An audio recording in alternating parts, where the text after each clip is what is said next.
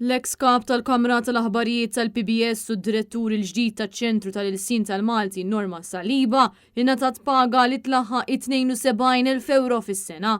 Flusi se joħorġu mill-but tal-poplu Malti wawċi. Dan ġi żvelat wara talba li saret mit-Times skont il-liġi għall-libertà tal-informazzjoni. Il-kuntratt li huwa ffirmat minn Norma Saliba u mis-Segretarju Permanenti fil-Ministeru tal-Kultura Joyce Demek jista' jiġi terminat biss mill-Ministru Owen Bonnici. Dan il-kuntratt huwa validu għal 3 snin bil-possibilità li jiġi imġeddet iżda finalment posta fil-PBS se jibqa' miżmum. Skont il-kuntratt Norma Saliba se tingħata salarju ta' 42,000 euro fis-sena, iżda apparti din is-somma hija għandha numru ta' allowances inkluż żieda ta' 750 euro fis-sena. Fost dawn l-allowances hija se tingħata il fuq minn 4,500 għal spejjeż marbuta ma' trasport, kif ukoll bonus li jaqbes is-6,000 euro. Barra minn hekk hija se tkun allokata 8,000 euro bħala spejjeż għal ħwejjeġ. Intant fi stqarrija sitt taqdiet li jaħdmu favur l-iżvilupp tal-Ilsien Malti jingħaqdu mal-Kunsill tal-Malti fejn sostnew li twaqqif taċ-ċentru tal-Ilsien Malti